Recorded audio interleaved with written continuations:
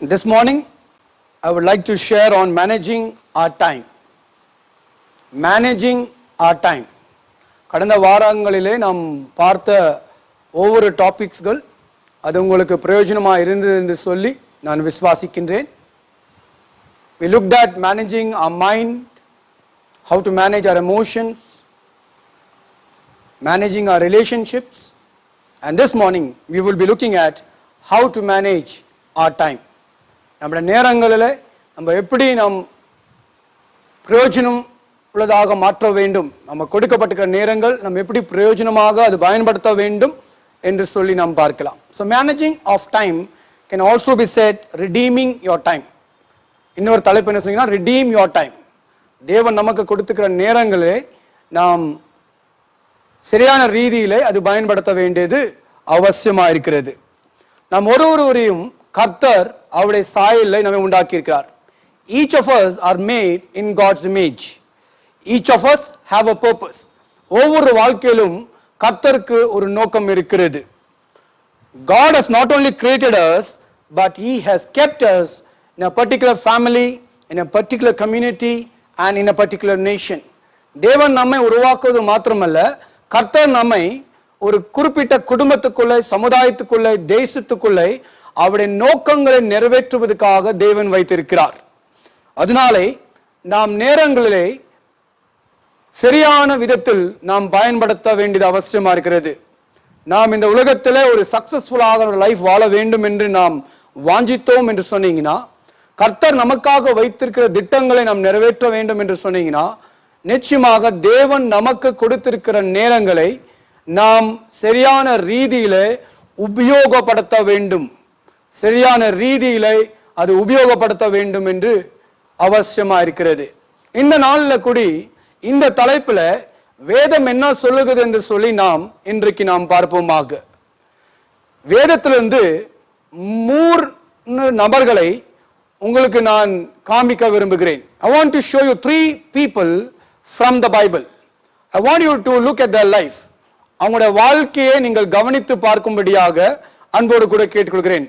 எந்த இடங்களிலே ஆண்டவர் அவங்களை தெரிந்து கொண்டார், கர்த்தர் அவங்களை எப்படியாக ஆயத்தப்படுத்தினார், அவர்களை கர்த்தர் எப்படியாக பயன்படுத்தினார் என்று சொல்லி நாம் பார்க்கலாம். முதலாவது ஒரு நபர் உங்களுக்கு நான் அறிமுகப்படுத்த விரும்புகிறேன். அவருடைய பேர் தாவீத். அவருடைய பேர் தாவீத். இந்த தாவீதை ஆண்டவர் ஒரு சாதாரணமாக ஆடு மேய்க்கிற மனிதனை அவர் தெரிந்து கொண்டு இஸ்ரவேல் தேசத்துக்கே அவர் ராஜாவாகும்படியாக கர்த்தர் அவரை மாற்றினார். இந்த தாவீதை குறித்து வேதம் என்ன சொல்லுகிறது என்று சொல்லி நாம் பார்ப்போம்.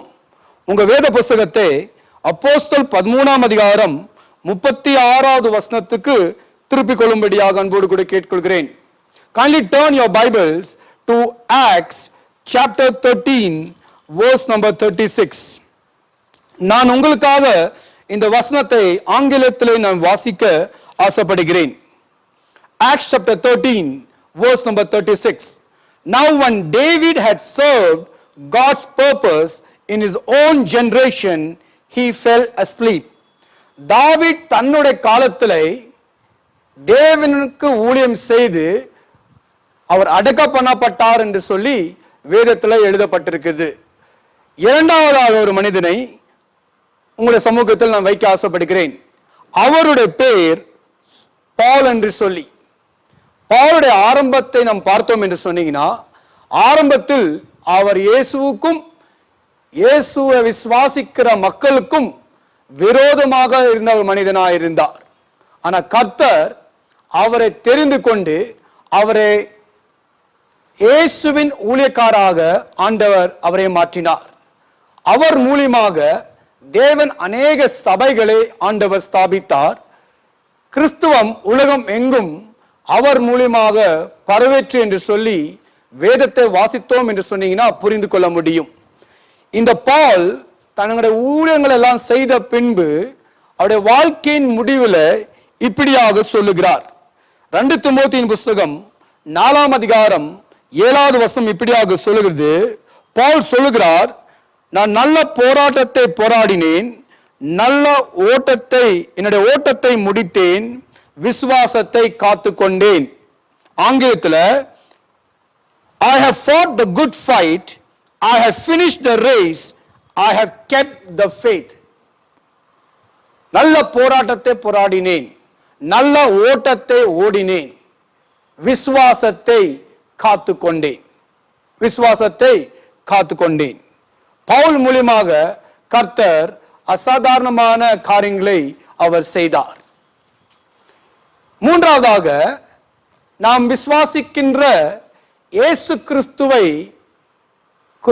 நாம் பார்ப்போமாக. இயேசு கிறிஸ்துவுடைய வாழ்க்கையை நாம் சற்று கவனிப்போமாக. இயேசு கிறிஸ்துவானவர் செய்த ஊழியங்களை நாம் சற்று தியானிப்போம். இயேசு கிறிஸ்துவானவர் இந்த பூமியில பிறந்து அவர் வாலிப வயது ஒரு 30 வயது ஆகும்போது அவர் ஊழியத்துக்குள்ளே கடந்து வந்தார் என்று சொல்லி வேதம் நமக்கு தெளிவாக சொல்லுகிறது.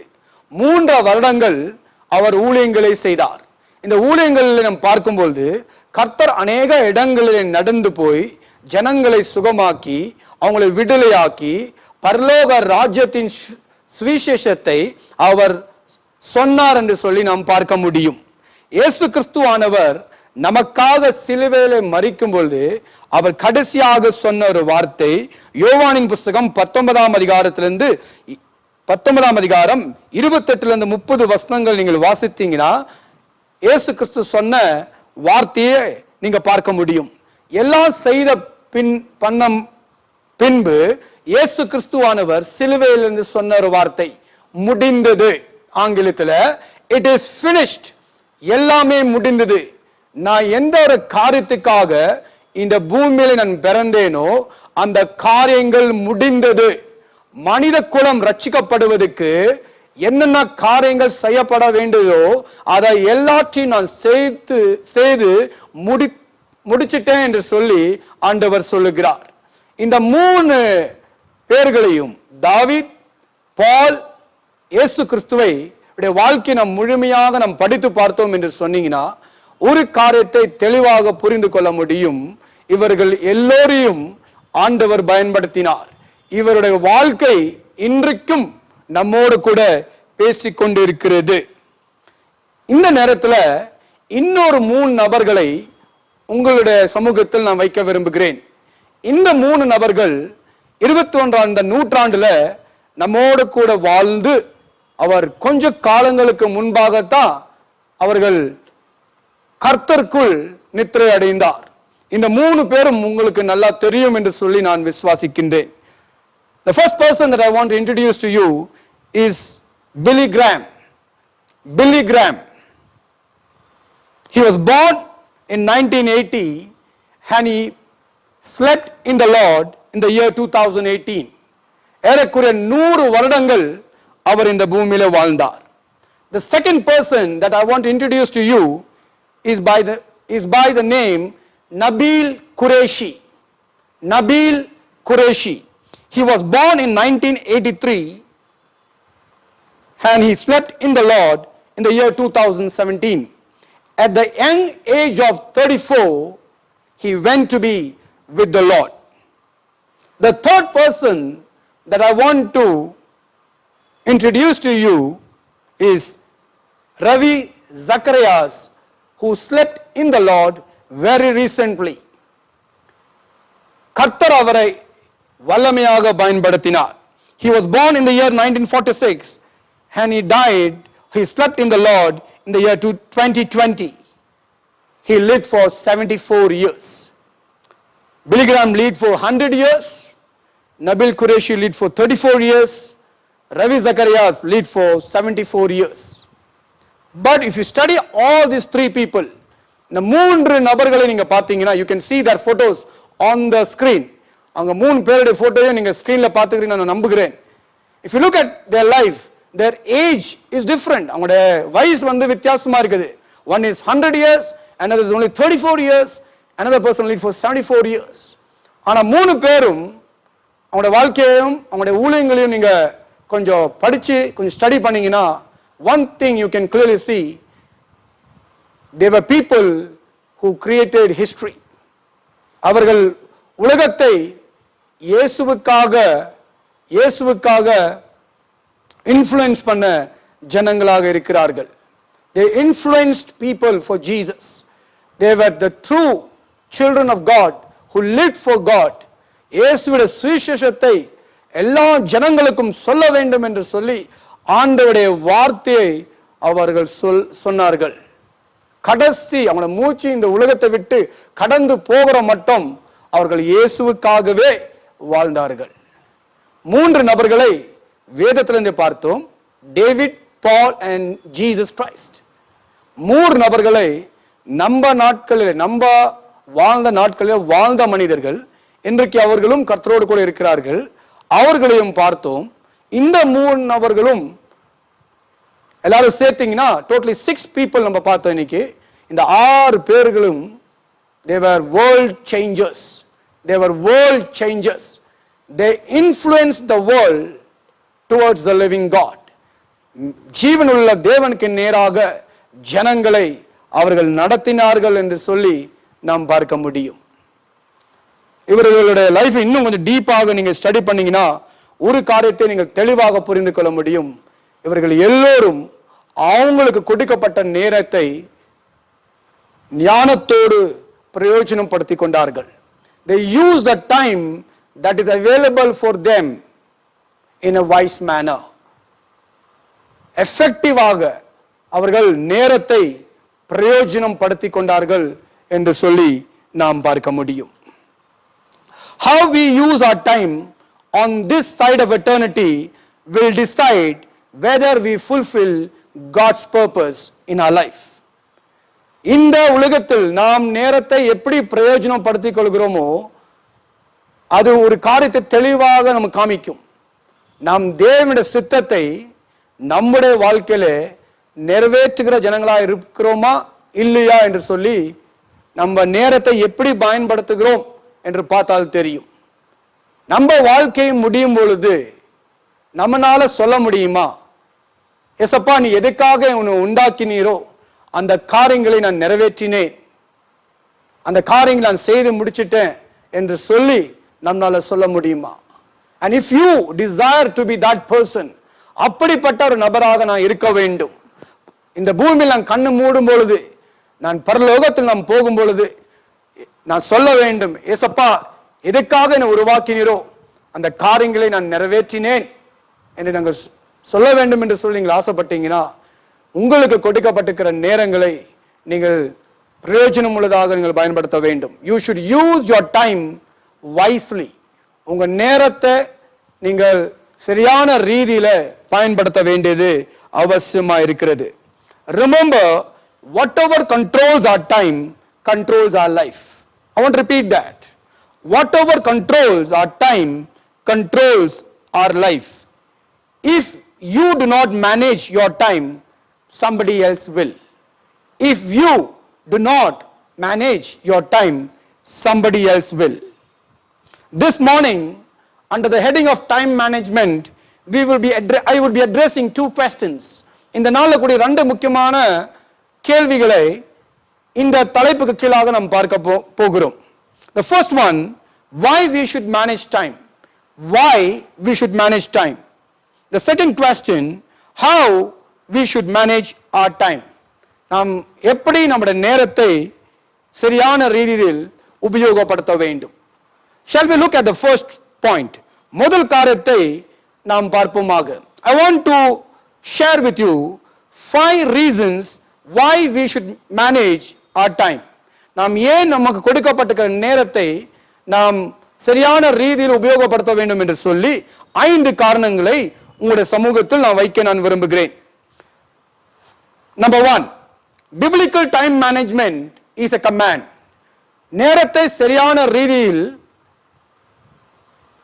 யூஸ் பண்ண வேண்டியது ஆண்டவர் நமக்கு கொடுத்திருக்கிற ஒரு கட்டளையாக இருக்கிறது.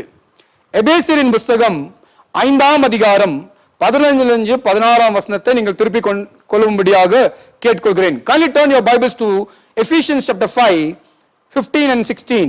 It says, be careful how you live, not as unwise but as wise, making the most of every opportunity because the days are evil. வேதம் தெளிவாக சொல்லுகிறது, நாம் ஜாகிரதையோடு கூட நாம் வாழ வேண்டும். நம்முடைய நேரத்தை நாம் பிரயோஜனப்படுத்த வேண்டும். நாம் ஞானம் இல்லாத மனிதர்களைப் போல நாம் வாழக்கூடாது, ஞானம் உள்ள மனிதர்களைப் போல நாம் வாழ வேண்டும். காலங்கள் பொல்லாததா இருக்கிறபடினாலே காலத்தை பிரயோஜனப்படுத்த வேண்டியது அவசியமா இருக்கிறது. So the first thing, biblical time management is a command. The second reason is this: life is short. Life is short. In other words, our time on this planet earth is limited. இந்த பூமியில நமக்கு கொடுக்கப்பட்டிருக்கிற நேரம் சிறிதாக இருக்கிறது.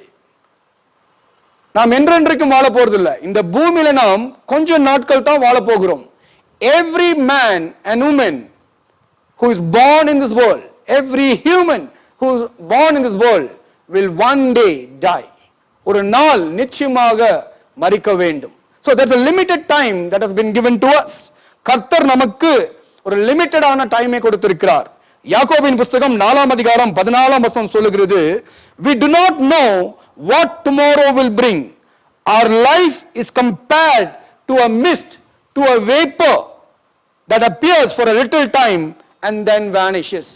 நம்ம கொடுக்கப்பட்டிருக்கிற நேரம் கொஞ்சமா இருக்கிறது. நாளைக்கு என்ன நடக்கும் நமக்கு தெரியாது.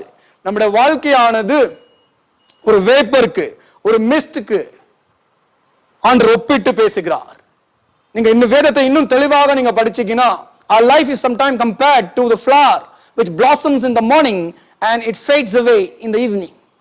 நம்ம கொடுக்கப்பட்டிருக்கிற நேரம் கொஞ்ச நேரம் தான். Life is short. லூக்காவின் புத்தகம் 12ஆம் அதிகாரம் 13ல இருந்து 21ஆம் வசனத்தை நீங்கள் வாசித்தீங்கன்னா, அந்த இடத்துல இயேசு கிறிஸ்துவானவர் ரோமையை சொல்லுகிறார். ஒரு பணக்காரனை குறித்து ஆண்டவர் ரோமையை சொல்லுகிறார். அவனுக்கு ஒரு நிலம் இருந்தது. அந்த நிலத்தில் நல்ல அவன் தானியங்களை போட்டு அந்த நல்ல ஒரு ஹார்வெஸ்ட் அவனுக்கு கிடைச்சிச்சு. அந்த ஹார்வெஸ்ட் கிடைச்ச உடனே அவன் இப்படியாக யோசித்தான், இந்த தானியங்கள் எனக்கு கிடைச்ச ஹார்வெஸ்ட் இது வைக்கிறதுக்கு எனக்கு இடம் பத்தாது, அதனால நான் என்ன பண்ண போகிறேன், என்னோட ரூம்ஸ்கள், எனக்கு இருக்கிற எல்லா அந்த ஸ்டோரேஜ் ரூம்ஸ்களை நான் எடுத்து இன்னும் பெருசா பண்ணி அதுல என்னோட தானியங்களை நான் வைக்க போகிறேன். He had a lot of future plans. ஆனா ஆண்டவர் அவனை பார்த்து சொல்லுகிறார், இன்றைக்கு உன்னுடைய உயிரை நான் உன்கிட்ட இருந்து எடுத்துடுவேன். I will take your life from you this night. And God called this rich man as a fool. As a fool. What was God trying to tell? இயேசு கிறிஸ்துவானவர் இந்த ஓமையின் மூலமாக என்னதான் சொல்ல வந்தார்? Our time on this earth is limited and we must use this time wisely. So we looked at two reasons. Biblical time management is a command. Secondly, life is short. Thirdly, why we should manage our time?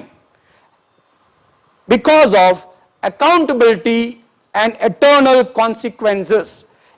Accountability and eternal consequences. ரோமரின் புத்தகம் 14ஆம் அதிகாரம் 12வது வசனம் சொல்லுகிறது, each of us will give an account of our life to God. நீங்க வேதத்தை நீங்கள் வாசித்தீங்கன்னா, நம்ம பேசுகிற வார்த்தைக்கு நாம் கணக்கு கொடுக்க வேண்டும். நம்ம வாழ்கிற வாழ்க்கைக்கு நாம் கணக்கு கொடுக்க வேண்டும். தேவன் நம்ம கிட்ட கொடுத்திருக்கிற ஒவ்வொரு ரிசோர்சஸ்களுக்காக நாம் கர்த்தருக்கு கணக்கு கொடுக்க வேண்டும். தேவன் நமக்கு கொடுத்திருக்கிற அபிஷேகம், தேவன் நமக்கு கொடுத்திருக்கிற வரங்கள், தேவன் நமக்கு கொடுத்திருக்கிற எல்லா பிளெஸிங்ஸ்களுக்காக, தேவன் நமக்கு கொடுத்திருக்கிற நேரங்களுக்காக கூடி நாம் தேவனிடத்தில் என்ன பண்ண வேண்டுமா, கணக்கு கொடுக்க வேண்டியதா இருக்கிறது. ஒரு காரியத்தை நாம் புரிந்து கொள்ள வேண்டும். எல்லோருக்கும் 24 மணி நேரம் தான் கொடுக்கப்பட்டிருக்கிறது. இந்த நேரங்களை நாம் எப்படி பிரயோஜனப்படுத்துகிறோம்?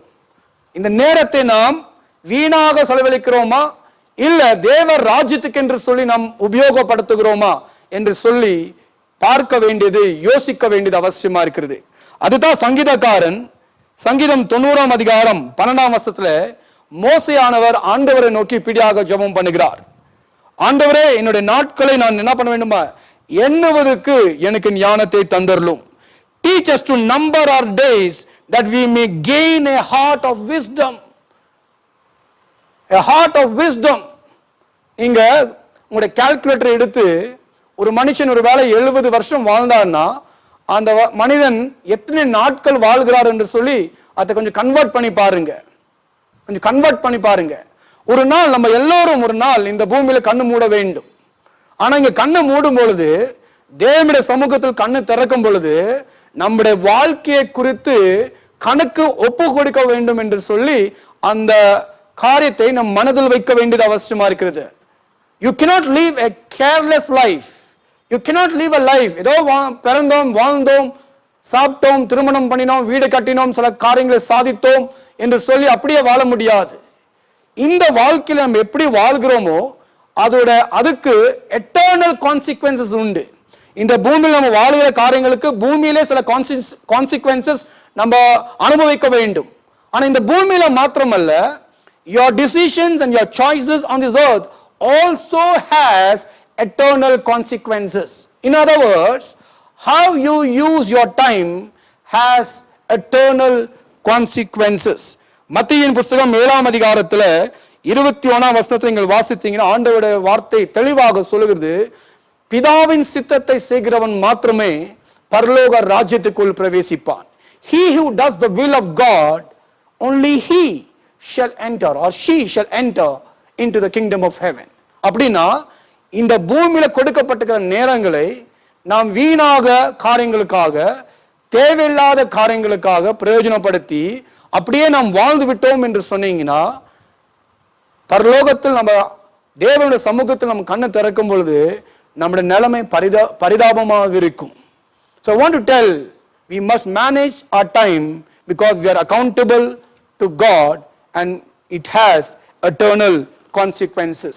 Number 4, நாலாவதாக, to be effective and productive. To be effective and productive. இன்னைக்கு உலகத்தில் பார்க்கும்பொழுது நிறைய பேர் பிஸியா இருக்கிறாங்க. In their family, in their work, in ministry, எங்க எடுத்தாலும் ஜனங்கள் ரொம்ப ரொம்ப பிஸியா இருக்கிறாங்க. One of the excuses people give, I don't have time. எனக்கு நேரம் இல்லை என்று சொல்லுகிறார்கள். அந்த வார்த்தைகளை அவங்க சொல்லும் பொழுது it seems as if others have more time and they have less time. But the fact is everybody has 24 hours. ஒவ்வொருவருக்கும் 24 மணி நேரம் தான் கொடுக்கப்பட்டிருக்கிறது. Busyness does not necessarily mean effectiveness. I want to listen to that statement once again. Busyness does not necessarily mean effectiveness. In other words, busyness is not equal to effectiveness. The question is not whether you are busy. The question is whether you are effective. Effectiveness brings productivity. நம்முடைய வாழ்க்கையில் சில காரியங்களை நம்ம சாதிக்க வேண்டும் என்று சொன்னீங்கன்னா it is not enough to be busy, but we must be effective. Time management is not about doing more things, but it is doing the right things at the right time. Time management is not about doing more things, but it is doing the right things at the right time. சரியான காரியங்களை சரியான நேரத்தில் செய்வதற்கு பேர் தான் time management. ஒரு research இப்படியாக சொல்லுகிறது, we are only working at 80% or our effectiveness for 20% of time. Please pay attention to what I'm saying. We are only working at 80% of our effectiveness for 20% of time. For 80% of the time, we are only at 20% effectiveness. அப்படின்னா என்ன அர்த்தங்க? What are you trying to say? இந்த research என்ன சொல்லுகிறது சொல்லி பார்த்தீங்கன்னா, நமக்கு கொடுக்கப்பட்டிருக்கிற நேரம் 24 மணி நேரம். அதுல 20% நீங்க பார்த்தீங்கன்னா எவ்வளவுங்க? What is 20% of 24 hours? 4.8. 4.8 hours. 4.8 hours is the only time where we are effective. The remaining time we are not effective. 20% அந்த டைம்ல தான் நம்ம எஃபெக்டிவா இருக்கிறோம். மீதியான நேரங்கள் நம்ம எஃபெக்டிவாவே இல்லை. We may be working but we are not effective. We may be doing ministry but we are not effective. We may be spending time in the family but we are not effective in the family. So we should be careful how we use our time. Do not be busy. தயவு செய்து பிஸியா இருக்காதீங்க. Be effective. Only effectiveness will bring productivity. Only effectiveness will bring productivity. Number 5, our time is a season of opportunity. Our time is our season of opportunity. The quality of life that we live on this earth depends on how we have used our time. உலகத்தில் நம்ம வாழுகிற வாழ்க்கை எப்படி இருக்கும் என்று சொல்லி நம்ம எப்படி பார்க்க முடியும்? நம்ம கொடுக்கப்பட்டிருக்கிற நேரங்களை நம்ம எப்படி பிரயோஜனப்படுத்துகிறோம் என்று சொல்லி நம்ம பார்த்தோம் என்று சொன்னீங்கன்னா அதனால தெளிவாக புரிந்து கொள்ள முடியும் நம்ம இப்போ வாழுகிற வாழ்க்கை ஏன் எப்படி வாழ்கிறோம். we have used the time. நம்ம எப்படி டைமை நம்ம யூஸ் பண்ணுகிறோம். today is an opportunity to get better. ஒருவேளை நம்ம வாழ்ந்த வாழ்க்கை நம்ம வேஸ்ட் பண்ணியிருக்கலாம், அதை குறித்து ஒண்ணுமே செய்ய முடியாது. ஆனா இன்றைக்கு தேவன் நமக்கு இந்த நாள் நமக்கு கொடுத்திருக்கிறார். இந்த நாள்ல இருந்து ஒரு மாற்றத்தை நம்ம கொண்டு வர முடியும். இந்த நாள் நம்ம ஒரு தீர்மானத்தை எடுத்து நம் நேரத்தை பிரயோஜனம் உள்ள காரியங்களுக்காக பயன்படுத்த வேண்டும். தேவனுக்கு பிரியமான காரியங்களை நாம் செய்ய வேண்டியது அவசியமா இருக்கிறது. ஒருவேளை இந்த காரியங்கள் செய்யும்போது ஒருவேளை சில நேரங்களில் தோல்விகளை சந்திக்கலாம். ஆனா தோல்விகளை பார்த்து பயப்படாதுங்க. Do not be afraid of failures. Failures are also the beginning of an opportunity. Failures are also the beginning of an opportunity. பைபிளில் நாம் பார்க்கிறோம், எஸ்தர் என்று சொல்லுகிற ஒரு பெண்மணியை ஆண்டவர் யூத மக்கள் என்று தெரிந்து கொண்டு ஒரு புறஜாதி தேசத்தில் அவர் ராணி ஆகும்படியாக கர்த்தர் எஸ்தரை தெரிந்து கொண்டார். அந்த ராஜ்யத்தில் ஒரு மனிதன் யூத மக்களுக்கு விரோதமாக ஒரு சதித்திட்டத்தை செய்கிறான். எப்படியாவது யூத மக்கள்களை அழிக்க வேண்டும் என்று சொல்லி அவன் யோசிக்கிறான். இந்த காரியம் மொர்தெக்காய் எஸ்தருடைய ஒரு ரிலேட்டிவ்ங்க அவருக்கு தெரிய வருகிறது. அவர் எஸ்தரை சந்தித்து இப்படி ஒரு மனுஷன் உங்களுடைய ராஜ்யத்தில் யூத மக்களுக்கு விரோதமாக யோசிக்கிறார் என்று சொல்லி அந்த காரியங்களை சொல்லும் பொழுது அவர்கள் உபவாசித்து ஜபித்தார்கள் என்று சொல்லி வேதத்தில் எழுதப்பட்டிருக்கிறது. அது மாத்திரமல்ல, அந்த ரிலேட்டிவோட பேர் மொர்தெக்காய். மொர்தெக்காய் எஸ்தரை பார்த்து சொல்லுகிறார், இப்படிப்பட்ட நேரத்துக்கு தான் ஆண்டவர் உன்னை ராணியாக மாற்றினார். நீ ஒரு சாதாரண பெண்மணியா இருந்த, ஆனா கர்த்தர் உன்னை தெரிந்து கொண்டு உன்னை ஒரு தேசத்துக்கே ராணியாக மாற்றினார். எதுக்காக ஆண்டவர் உன்னை ராணியாக மாற்றினார்? இந்த நேரத்துக்காகத்தான். ஒருவேளை நீ இந்த நேரத்தில் சும்மா இருந்தால் ரட்சிப்பு வேற இடத்திலிருந்து வரும் என்று சொல்லி மொர்தெக்காய் எஸ்தரிடத்தில் தெளிவாக சொல்வதை நம்ம பார்க்க முடியும். எஸ்தர் செய்த ஒரு காரியம், ராஜாவின் இடத்தில் போய் தன்னுடைய உயிர் போனாலும் பரவாயில்ல என்று சொல்லி ராஜாவின் இடத்தில் போய் நடக்கிற காரியத்தை சொல்லிவிட்டார். நடந்த காரியம் நீங்கள் எஸ்தரின் புஸ்தகத்தில் வாசிக்க முடியும். யூத மக்கள்கள் அன்றைக்கு காப்பாற்றப்பட்டார்கள். எஸ்தர் சரித்திரத்தை உண்டாக்குகிற ஒரு பெண்மணியாக மாறினார். நீயும் சரித்திரத்தை உண்டாக்குகிற ஒரு மகனாக, ஒரு மகளாக நீயும் மாற முடியும். You can become a history maker. I said to you, our time is a season of opportunity. History does not create man. Man creates history because they grab the opportunities. அவர்கள் கொடுக்கப்பட்டிருக்கிற சந்தர்ப்பங்களை அவர்கள் சரியான ரீதியில் பயன்படுத்தினாலே அவர்கள் ஹிஸ்டரி மேக்கர்ஸ்களாக மாறுகிறார்கள். 5 காரியத்தை இந்த கால வேளையில உங்களோடு கூட நான் பகிர்ந்து கொண்டிருக்கிறேன்.